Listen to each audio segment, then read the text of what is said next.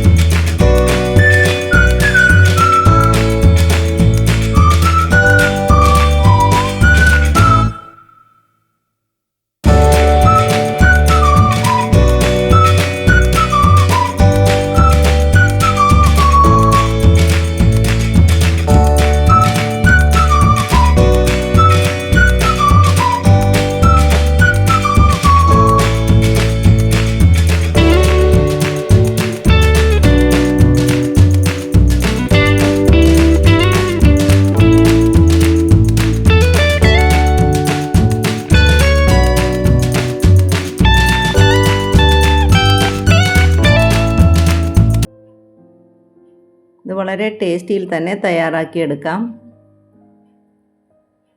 ഇത് മൊത്തം അരിഞ്ഞതിന് ശേഷം ഇതുപോലെ അടുക്കിയെടുക്കണം. അടുക്കിയെടുത്തതിന് ശേഷം കൊത്തി അരിഞ്ഞെടുക്കുകയാണ് ചെയ്യുന്നത്. കയ്യിൽ ഒതുങ്ങുന്നത് മാത്രം അടുക്കിയെടുത്താൽ മതി, അല്ലെങ്കിൽ തെറിച്ചു പോവും. ഇതുപോലെ ചെറുതായിട്ട് കൊത്തി അരിഞ്ഞെടുക്കണം. വളരെ പെട്ടെന്ന് തയ്യാറാക്കിയെടുക്കാം.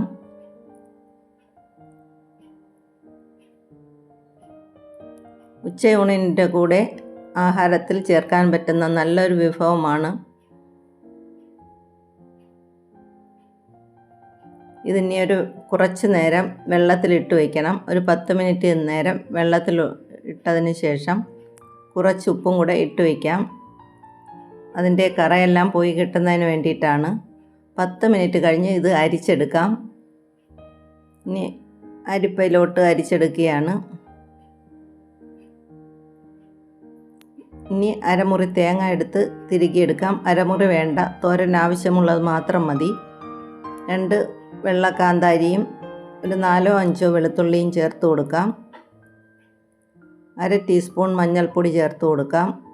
1/2 ടേബിൾ സ്പൂൺ ജീരകവും കൂടെ ഇട്ട് കൊടുക്കാം. ഇത് നല്ലതുപോലെ ഒന്ന് അരച്ചെടുക്കാം. ഇതിപ്പോൾ അരച്ചെടുത്തിട്ടുണ്ട്. ഇനി ഒരു ചട്ടി അടുപ്പിൽ വയ്ക്കാം. അടുപ്പിൽ വെച്ച് ചൂടാകുമ്പോൾ വെളിച്ചെണ്ണ ഒഴിച്ച് കൊടുക്കാം. കുറച്ച് വെളിച്ചെണ്ണ ഒഴിച്ച് അതിലേക്ക് കടുക് ഇട്ട് പൊട്ടിച്ചെടുക്കാം. ഇതിലേക്ക് 4-5 കൊച്ചുള്ളി അരിഞ്ഞത് ചേർത്ത് കൊടുക്കാം. നല്ലതുപോലെ മൂപ്പിച്ചെടുക്കാം.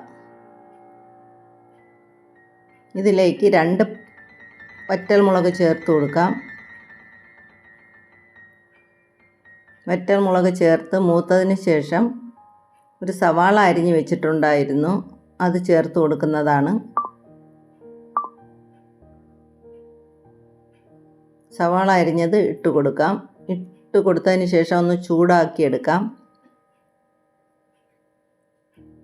ചൂടായി വരുമ്പോഴത്തേക്കും അരിഞ്ഞു വെച്ചിരിക്കുന്ന വാഴപ്പിണ്ടി ഇട്ട് കൊടുക്കാം. ഇതിപ്പോൾ നല്ലതുപോലെ ചൂടായിട്ടുണ്ട്. ഇതിലേക്ക് വാഴപ്പിണ്ടി ഇട്ട് കൊടുക്കാം.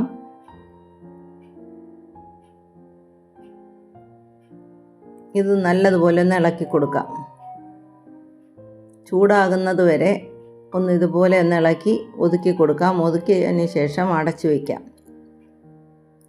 അടച്ചു വെച്ച് ഒന്ന് ആവി വരുമ്പോഴത്തേക്ക് ഒന്ന് ഇളക്കി കൊടുക്കാം. ഇതിപ്പോൾ നല്ലതുപോലെ വെന്ത് കഴിഞ്ഞു. വെള്ളമെല്ലാം വറ്റിക്കഴിഞ്ഞു. ഇത് നല്ലതുപോലെ ഒന്ന് ഇളക്കി കൊടുക്കണം.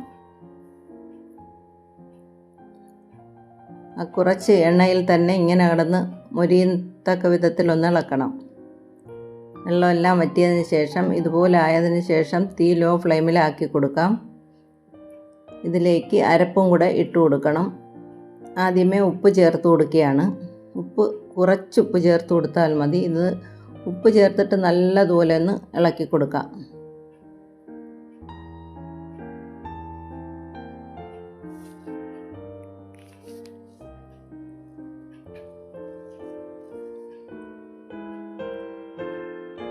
നല്ലതുപോലെ ഇളക്കിയതിന് ശേഷം നടുഭാഗത്തായിട്ട് അരപ്പ് ചേർത്ത് കൊടുക്കാം.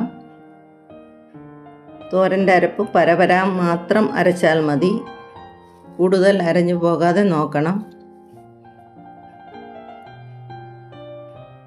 എന്നിട്ട് 4 വശത്തുനിന്നും ഒതുക്കി കൊടുക്കണം. മുകളിലോട്ടാക്കി അടച്ചു വയ്ക്കാം. 2-3 മിനിറ്റ് കഴിഞ്ഞ് തുറന്ന് കറിവേപ്പില ഇട്ട് കൊടുക്കാം. കറിവേപ്പില ഇട്ടതിന് ശേഷം ഒന്ന് നല്ലതുപോലെ ഒന്ന് മിക്സ് ചെയ്ത് കൊടുക്കാം. ഉപ്പും അരപ്പും എല്ലാം ഒന്ന് ചേരത്തക്ക വിധത്തിൽ ഇളക്കി കൊടുത്തതിന് ശേഷം ഉപ്പുണ്ടോ നോക്കാവുന്നതാണ്.